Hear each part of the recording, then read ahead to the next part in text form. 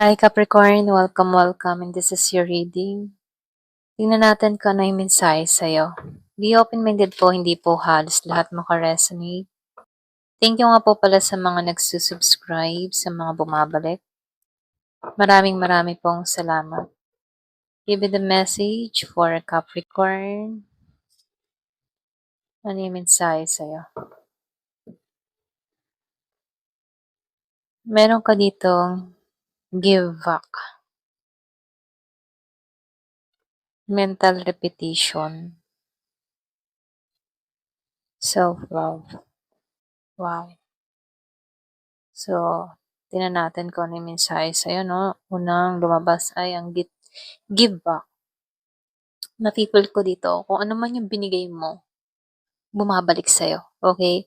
So, nafe-feel ko dito na sa pagiging mong mabuting tao or sa pagbibigay mo, doble-doble din ang blessing na dumarating sa'yo. Okay? So, nafe-feel ko sa inyo, hindi ka madamot. Ikaw yung tipo ng tao na mapagbigay sa kapwa. Hanggat kaya mong tumulong, ginagawa mo talaga.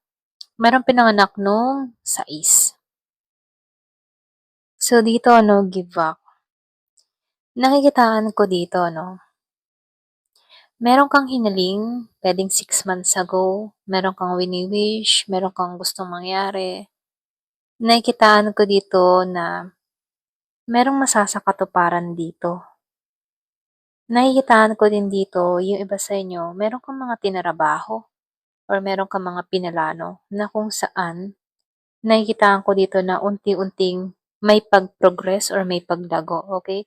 Kumbaga nakikitaan mo na ng resulta. Yung mga hirap ng ginawa mo ng mga nakaraang buwan, nakikitaan ko rin dito, meron ditong miracle na mangyayari or magaganap sa'yo. So, lumalabas din dito, umasa ka umasa ka ng pagbabago, at ipagkakalob to sa'yo. Yun ba sa inyo, meron akong nakikitang travel, merong paglalayag, or pwedeng sabihin may paglalakbay. So, meron akong nakikitang travel barko, or pwedeng sabihin na may bala ka mag-travel. Yung iba sa inyo, or pwede rin meron kang kadiling na nagta-travel. So, nafe-feel ko rin dito, meron akong nakikita ditong malaking pag-asa na parating sa buhay mo. Kumbaga, nakikitaan ko dito, wish mo to at masasakatuparan mo to. Yung iba sa inyo, attractive kang tao, likas na sa'yo yun. Kumbaga, nakikitaan ko dito, malakas ang karisma, malakas ang appeal. Meron at merong napapalingon talaga sa'yo. Okay? Ito na yung nakikita ko sa'yo. Nakikitaan ko rin dito, matatag kang tao. Hindi ka madaling sumuko. Lalo-lalo na sa hamon ng buhay. Meron akong nakikitang magical moment na magaganap sa'yo. Yung bang hindi mo inaasahan, merong parating. Meron akong nakikitang milagrong mangyayari sa'yo. So, nafe-feel ko din dito, meron akong nakikitang mangyayari 3 months. Pamula ngayon. Meron kang wish na matutupad. Or pwede rin sabihin na, meron kang hiniling 3 months ago na kung saan nakikitaan mo na to ng resulta. So, meron din ako nakikita ditong solid foundation. Merong katatagan. Nakaranas ka din ng mga pagsubok sa buhay dito. Pero nakikitaan ko dito, nangingibabaw dito yung kaligayahan, kasiyahan na mangyayari sa'yo at sa buong pamilya. So, nakikitaan ko rin dito, yung iba sa inyo, meron ka ditong ama, or pwede rin sabihin, meron kang tatay dito na todo yung support at pagmamahal sa'yo. Ito rin na-feel ko, or kung sino man tong yung bang matured na lalaki, pwede rin sabihin meron kang kadiling, may age gap sa inyo na ng tao na to, pwedeng 6 months, 6 years pala. 6 years ang gap, ayan, pasensya na ha. Nafe-feel ko dito, yung iba sa inyo, nagising ka sa spiritual or pwedeng sabihin, meron ka nang natutuklasan, meron kang napapatunayan, or pwedeng sabihin, merong nangyayari at nagaganap sa'yo dito. Okay? So, nakikitaan ko dito magtatagumpay ka. Ayan. So, dito no, sa mental repetition, merong pinanganak ng 28 or pwede ring 28 years old ka. So, lumalabas din dito, no, yung iba sa inyo, meron kang mga pinagdaanan na pilit mong kinakalimutan. Meron kang mga pangyayari na parang nauulit at nauulit sa'yo. Okay, yung ganong experience. Pwede rin sabihin sa karelasyon, pwede rin sa trabaho. Ganun at ganun ang uri ng tao nakakasalamuha mo. Okay?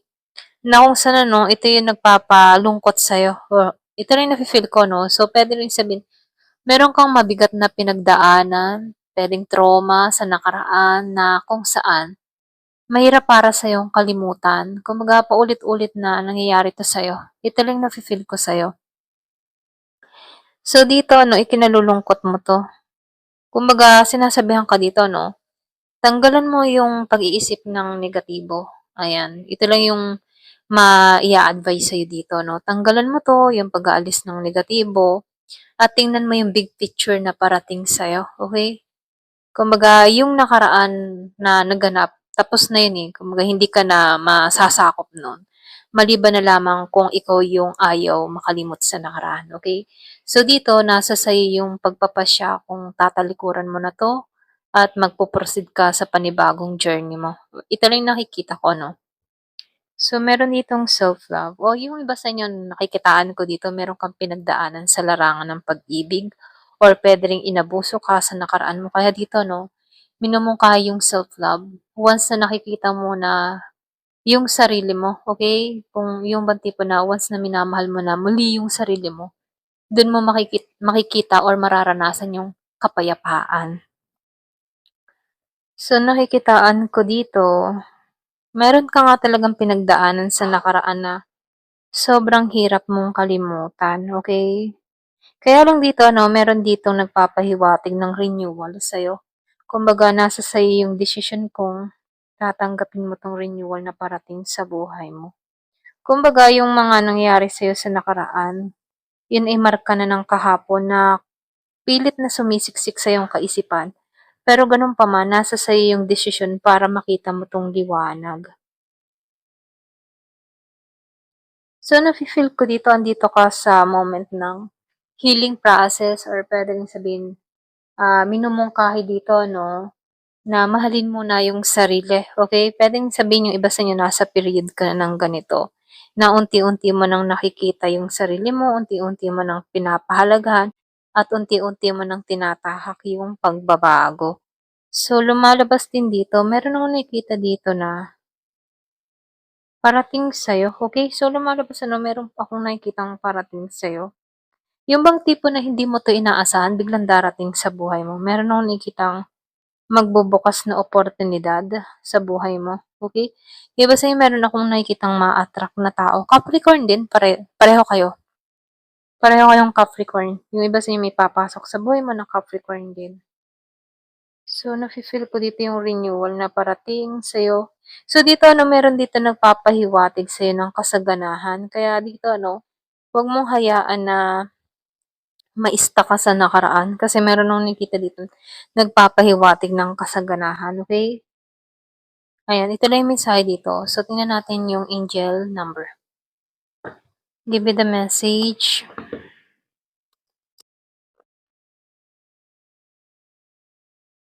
Wow, 444.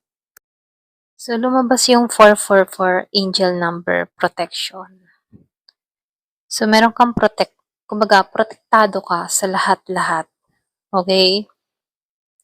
So, ito na yung time para maging confident ka sa sarili mo. Lahat ng mga naranasan mo ay may mga dahilan. Pwedeng ito yung paraan para makita mo yung purpose mo, para makita mo yung halaga mo, at para makita mo kung ano pa yung kaya mong gawin dito. Okay? So, nakikitaan ko dito, si Divine, si Universe, baga tinatrabaho na talaga yung para sa'yo, yung nakalaan sa'yo. So, dito, pinoprotektahan ka lang dito. Nasaktan ka, yung bang tipo na yung pain na naramdaman mo for protection yon, okay? Kumbaga, nasaktan ka pero may magandang dahilan yung pain na nararamdaman mo. Ito lang yung mensahe, ano. So, nakikitaan ko dito, darating yung time na maaalaw mo muli yung sarili mo na pagbuksan yung mga oportunidad or pintuan na papasok sa buhay mo, okay? Kumbaga dito, nasa healing process ka, pero nakikitaan ko dito, merong kakatok muli sa'yo, okay? Kakatok muli sa puso mo kung ikaw ay nabigo sa pag-ibig o kakatok muli ng oportunidad, okay? So nakikitaan ko dito, ginagabayan ka. So dito, nakikitaan ko dito, kailangan mo lang i-welcome yung pagbabago na parating sa buhay mo. Ito lang yung mensahe, ano. So dito, meron kang affirmation.